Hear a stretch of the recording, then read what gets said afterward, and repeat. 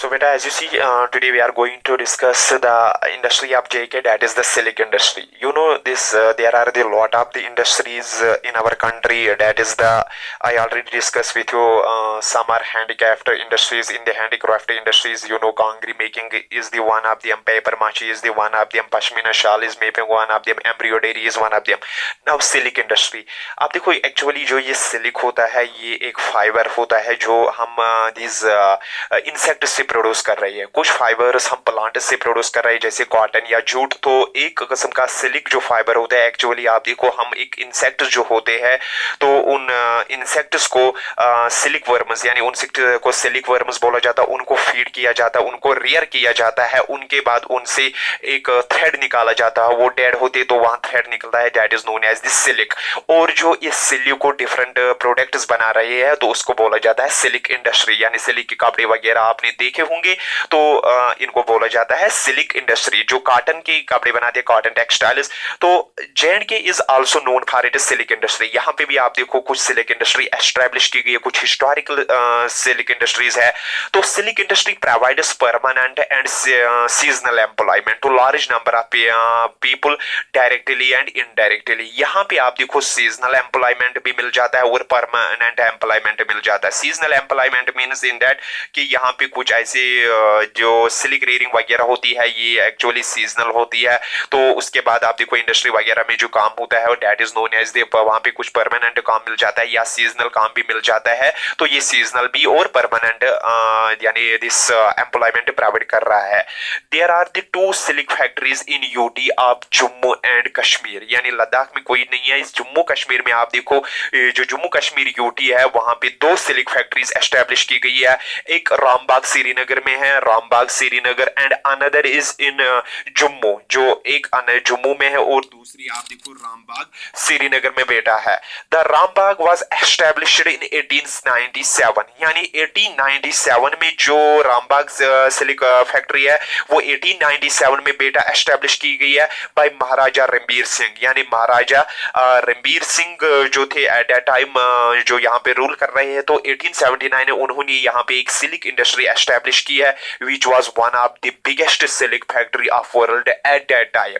तो आप देखो प्रेजेंटली तो बहुत सारे दिस कोई और बिगेस्ट होगी तो, लेकिन उस टाइम आप देखो ये सबसे बड़ी अपने दौर की ये सबसे बड़ी दिस फैक्ट्री थी।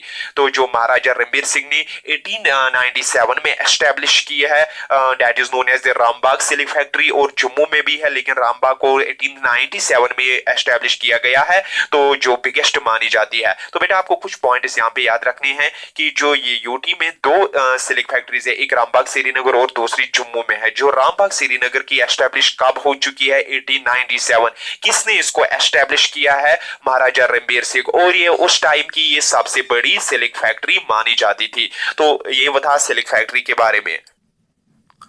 सो बेटा उसके बाद अगर हम देखेंगे अभी जो मैंने अर्लियर डिस्कस किए है वो सारे के सारे दिस हैंडलूम इंडस्ट्रीज थे।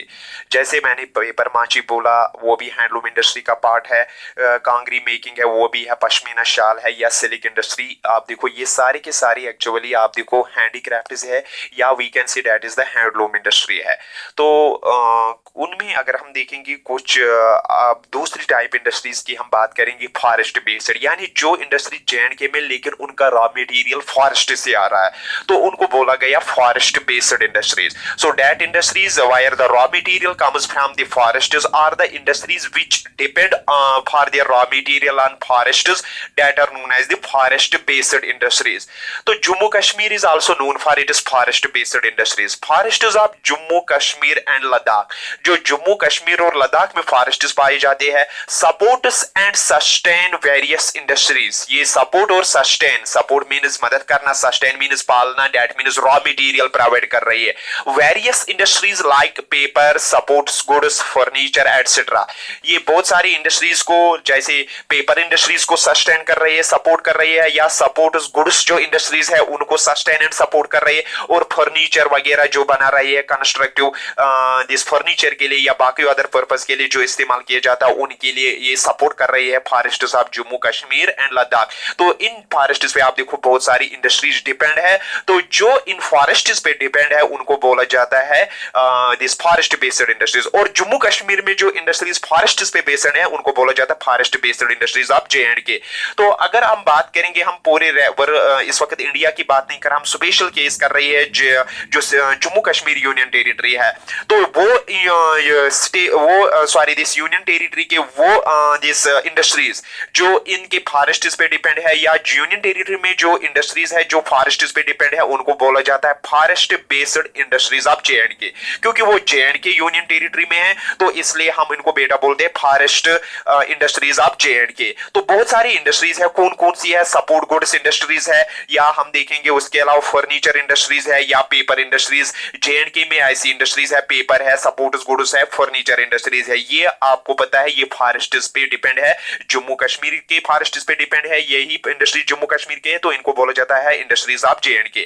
The timber from these forests, उसके अलावा आप देखो जो इन फॉरेस्ट से टिम्बर वगैरह होती है या raw material to mini joinery millers, यानी यहाँ पे आप देखो बहुत सारे जॉइनरी मिलर्स है, यानी उनके लिए भी ये टिम्बर इस्तेमाल की जाती है। Similarly support goods industry has been established.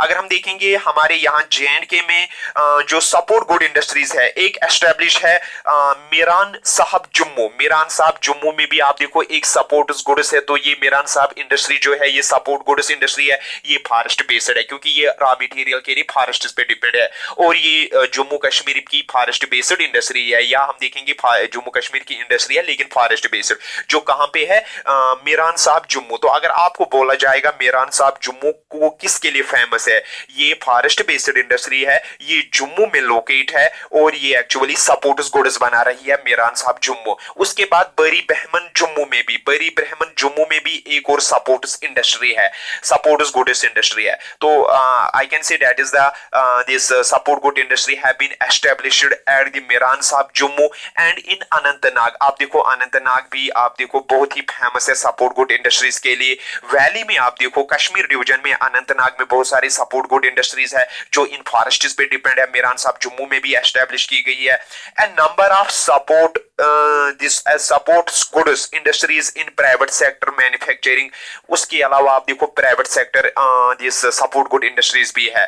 Jammu Kashmir में आप देखो बहुत सारे प्राइवेट सेक्टर सपोर्ट इंडस्ट्री है, वो भी फॉरेस्ट बेस्ड है, वो भी हम देखेंगे इंडस्ट्रीज आप देखेंगे, लेकिन वो प्राइवेट है, वो खुद इंडस्ट्री प्राइवेट इंडस्ट्रीज है, वो सपोर्ट गुड्स बनाती है जैसे बैट्स वैट्स बनाते हैं, और उसके अलावा in private sector manufacturing cricket bats and related items in various parts of Jammu and Kashmir. More over this, यानी मेरा मतलब यहां बोलने का है कि जम्मू कश्मीर में आप देखो बहुत सारी सपोर्ट्स गुड्स प्राइवेट इंडस्ट्री है, यानी जो प्राइवेट मैन्युफैक्चर है वो किसी इंडिविजुअल की है, उनका ओनर आप देखो कोई पर्सन या ग्रुप ऑफ पर्सन है, वो भी बहुत सारी सपोर्ट्स गुड्स बनाते हैं या सपोर्ट्स रिलेटेड गुड्स बनाते हैं, बैट्स क्रिकेट बैट्स एटसेट्रा तो बनाते हैं, और उनको वो भी यहाँ पे बहुत सारे जम्मू कश्मीर में एस्टेब्लिश है। उसके अलावा मीरान साहब जम्मू में भी आप देखो सपोर्ट्स गुड्स एस्टेब्लिश किया गया है, अनंतनाग में भी बहुत सारे सपोर्ट्स गुड्स एस्टेब्लिश किए गए हैं, and more over this that is there are the many other supports goods which are established in this private support goods established in Jammu this Kashmir Valley. So this was the about the forest based industry.